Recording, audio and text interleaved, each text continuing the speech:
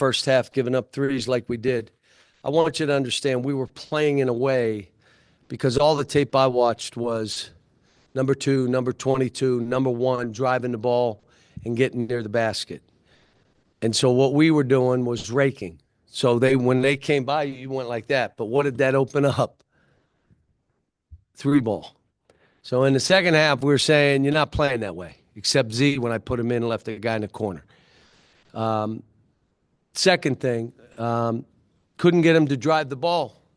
They seemed to want to shoot jump shots. Now, we were running post-ups, and again, Z, you can't have 7 turnovers and expect to play a lot. These other guys get healthy, and you're fumbling balls, and, well, then the other guy's playing. He did some stuff blocking shots and when we needed him to. But I was running him to the rim. You're not stepping out shooting threes. Get to the basket. Dew was really good. We drove the ball in the second half, which drew fouls. We talked about the lanes we're trying to take and why. We had them in the first half. Guys seemed to drive and square up and then pass the ball. Nice to have DJ back, being who he is. Making shots, making baskets. He made a big play and won when they got it close, which spread the game out. Boogie played well. I thought Billy and Carter played well. We got a ways to go. Now, I'll just leave you with this. The one thing I was really happy with, what was I angry about last game? You don't even know. Does anybody listen to what I'm saying? Say it. So one of you listens. The rest of you either don't know basketball or you're not listening to me at all. And I'm okay with both. It's fine. My wife doesn't listen to me. If I call my dog, he runs the other way, so I'm fine. You don't have to listen to me. The finish of the game. You saw how you finish a ball game now, how you're supposed to. That made me happy, that we moved it, use clock, score late in the clock. Bang, do that twice, the game's over. Now it goes from 12 to whatever, and they don't have enough time and enough attempts to beat you. They have to learn all this. And so today was a good day for that. And we made threes. But you do know since Baylor, where we started 0 for 9, that after that, through this game, I think we're at 45, 46% of our threes. We're at a high number. We just, we're a little bit confused and weren't as confident as we needed to be, but they're shooting the ball better. Just kind of a two-parter. Is there any expectation to have Trevin or Jonas back for Friday, and then just running a shorter rotation? How did you guys kind of handle that going into tonight? Well, Billy cramped up at one point, and, I played guys too many minutes, and Z just didn't want getting it done, so I went small. We played without a center, But how we finished the game, didn't matter who was in there. We did a couple different things to finish the game. And those are more massaging the clock a little bit. You can give them 4 possessions or 9. In 4, they got to make every single shot, and we have to miss every single shot. But if you give them 8, they could beat you. And that's what these guys got to understand, and I thought they did better. But I hope we get one back, but if we don't, I don't think we can forfeit. I think we got to play the game, and if we have to, today when Carter, I think, almost dislocated his finger or might have, what if he didn't come back and we have 6? 6 happy guys. Exactly right. The defense, the early struggles, it wasn't really due to Brazil and Adu, not being there. It wasn't second chance points or points in the paint. What did you think of just the guards and their rotation tonight and fixing that maybe moving forward? The biggest thing was we were telling them to rake. So when you rake, he drives. You basically leave your man and rake. And then they go throw, and you can't get back to him. So I can't, like I told him, I'm not. And that was on me because we were talking about stunt and go back. But all the tape I watched, I just saw guys coming at the rim. And I said, you can't, But there are games where 2s aren't going to beat you, but 3s will. So Second half, I thought we played somewhat better. We switched a bunch, which put DJ on their best post-up guard, but I thought he fought and did okay. How much of a difference maker can getting to the free throw line be for your offense? Because I mean, the offense was good in the first half, but it really felt like it went to another level, and it also made the defense better when you guys were able to get easy points like that. That, and you got to make some threes. And again, you don't have to make them all. You can't miss them all. And so we make 9.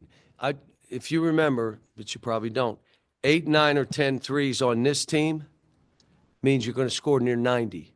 Now let your defense do what your defense does. You make 4, like we did at Baylor, it's a 3-point game, and you have a chance, but it's hard. And then you also got to hope your defense shuts them down to give you a chance. Just makes it tough. And you're right. Free throws, 2 things. Stops the game and gives us our breath. Sometimes I don't want that because I'm trying to get to the legs of the other team. They're making all these threes. We'll do it on heavy legs. And then you start missing. So, but I agree, especially if we're making them, which we shot them pretty good. What percentage tonight was it? 80%. If it's 80% as a team, I'm happy. Keep getting fouled. 61, they were shooting about 50%. Then they missed 13 straight shots. They hit a few free throws, I think 4, but you guys went on a 20-4 run. Did you think your defense improved? Do you think it was just the percentages catching up, fatigue? What do you think led to that 0 for 13? I would hope we made it tougher for them, but some of it is numbers. You're not making every shot. You're going to miss some. And then you hope they miss 13 in a row. At the end of the game, they end up shooting 40% from the game, and that's our goal every game we play. If we hurt a team 40 or below, we should be okay. Now you got to rebound because they're shooting a low percentage. And we'd like to get 20 assists. We had 17. I think he averaged about 7 points last year. I know you had a lot of offensive firepower on that team, but he's averaging about 19 now. I know it's small sample size. What's the difference offensively? How about this? You're saying that, Bob, and he ain't taking 20 shots.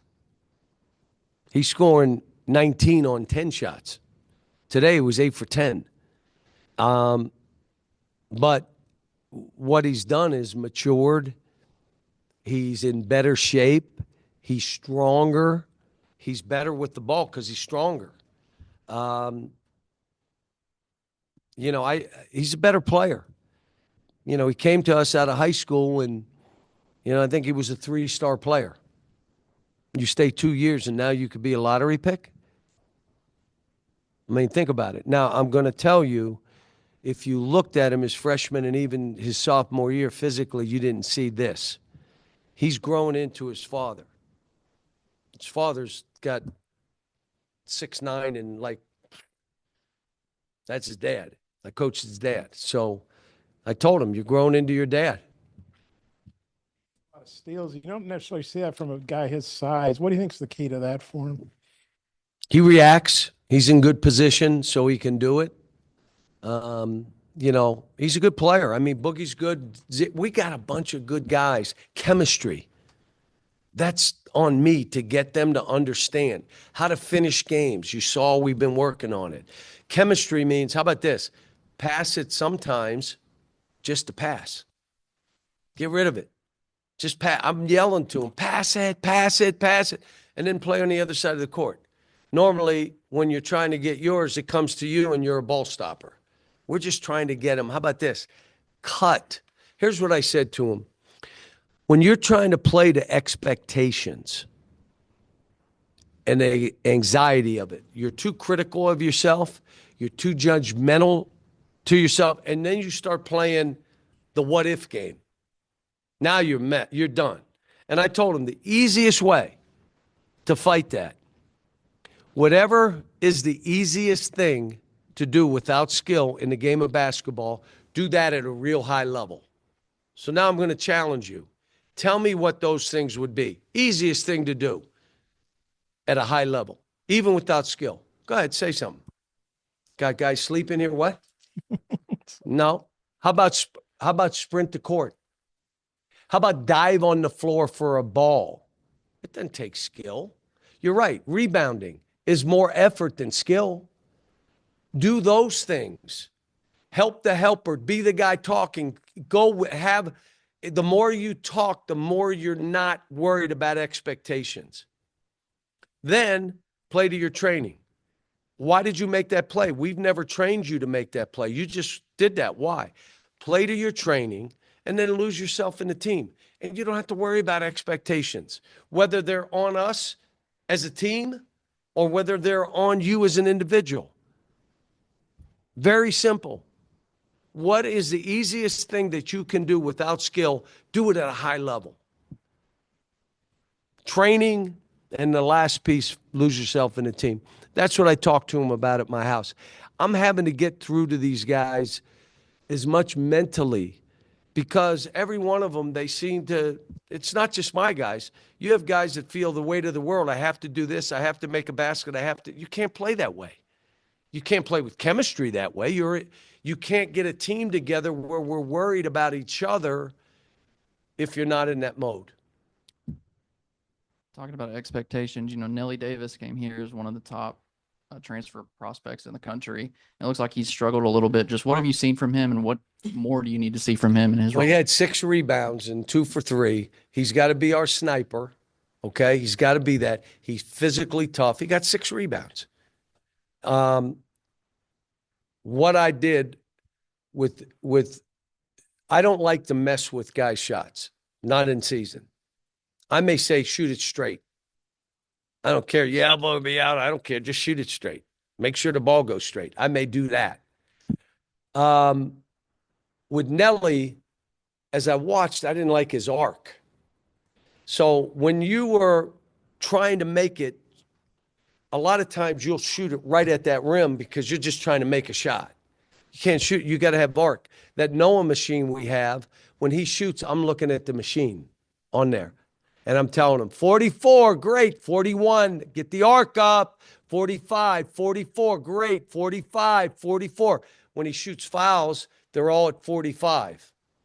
But when he's shooting, sometimes they're at 41. His arc's not high enough. That's all I've been telling him. You get the arc there, I'm not worried about it. You're going to make 60%, 50%. So DJ was catching the ball out here. And all I said was, catch it tight. So now you're catching it and it's off. What happens if you catch it here? You catch it here. That's all I said. Catch it tight. He didn't stop. Tight. You're catching it out away from your body. But I'm not changing. I'm just telling them something little. And when they're doing it, you're saying, now it is great. Wait until you play this game. You're going to. Because some of it, I'm trying to build confidence. But let me explain. If they don't go in the game and demonstrate, my stuff is just words. But if they go in and demonstrate it to themselves, he's right. Wow, I'm good. And that's part of what I have to do with this kind of team. I got a lot of work, folks. I am not a magician. I don't have a magic wand. Poof, they're going to be better. This will take time. But I like the fact that we can guard. We can guard the ball. We're physical enough. You're not going to bowl us over. We got work to do. Our hands are down too much. That's why you get threes. Hands up. We worked for 2 days. We need about 3 weeks. Pick and roll defense a little bit better. We got a lot of stuff that we got to do. And I'm not afraid of it. I mean, I'm a grinder. That's what I do. And let's see us in a month. Let's see us in 2 months. Right now, I know what we are. Frustrates me. Frustrates you. I know. But you know what? These kids fight, and they're good kids. I'm just giving you one thing. So last game, I don't look at the stats until I go home. What did I see on that stat sheet that made me go, what? DJ had no points. Are you kidding me? One of the best players in the country has no points? None. I didn't sleep. Like, what can I do? How do I, wait a minute. Call him in. This is what a great kid he is. Call him in. I said, DJ, you had no points. I didn't know. And he said, Coach, you don't have to worry about me. I want you to think about that when you're him and there are expectations and he's saying, I'm good. And I said, well, I'm not good. I didn't sleep last night. He said, Coach, I'm good. Kid, you're family. So I'm going to put you at point guard some today. So you're going to play point and off. Boogie needs to play off the ball because he needs to run instead of jog. Run. We can throw it ahead to him. He can make plays. You'll have the ball more in your hands at times. But he didn't. I'll get it right. You don't need to worry about me. Think about that. And I get to coach him. And I got to coach him last year. Got hurt, affected how he played. But he's going to be fine. Boogie's fine. Nellie's fine. Carter and Billy just have to catch up. Adu's, how about TB last game? If that's who he is, woo. And now you're looking at us saying, Jonas, when are you coming back? You're going to practice a bunch of zone. I thought you played. I don't think you played any zone tonight. Was that? We've been working on it, though. Here's, you guys know I've done this for like 30 years. Okay. If we play zone, what immediately happens right away? We're in a zone. What do? They're going to shoot jumpers, but they were hitting them. They hit threes. They go whoop, three. I'm in a zone. And when they play us zone, we miss our first 9 shots. Like, I don't know. It's 30 years of it. That's why I hate zone. We're better offensively because of what we went through with Baylor.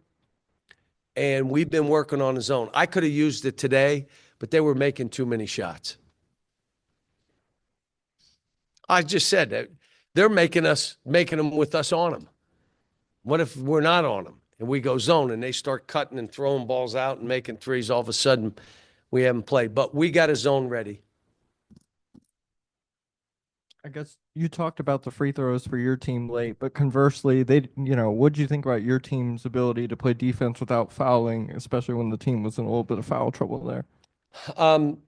There's all kind of ways of doing this. Look, if there were one way of coaching, this is the best way. You got to do it this way. I said to my team at my house, I don't have a system that I just bring a system. And I told them why. Now I'm going to ask you why I don't have a system. We play fast. We play unselfish. I have a different team every year. I can't have a system. This is the way you play. What if my team doesn't fit that? I'm doing it for me. Well, you got to play my way. I don't know. Defensively, though, I like playing without fouling. So you give them 6 fouls a half. Why only 6? Bob, you're good. Because they're never in the bonus then. That's how I like it. But sometimes you foul, sometimes you're in the wrong place, sometimes you take a couple charges or blocks, and all of a sudden you do. But there are other teams that are saying they can't call all these fouls, so keep fouling. And all of a sudden, an arm grab, and they steal one. There you go. That's why we do it. And we're going to play 11 guys, and we're fouling everybody. We're fouling on every bounce of the ball. I've never coached that way. I'm trying to teach them, how do you stay in front? How do you guard the ball? I like shot blockers. Anytime I've had shot blockers, my teams have been really good defensively. Anything else, folks? So I believe we play Friday. I believe. And as I walked out, my staff said, I said, how good are they? They said, Daryl's doing what he does. They change up defenses in and out and in and out, different zone and man and run it. I got 2 days to get this team ready for that. I was mad we have off tomorrow. But you have to give them 1 day a week. I'm ready to go. Let's go. Let's get this done.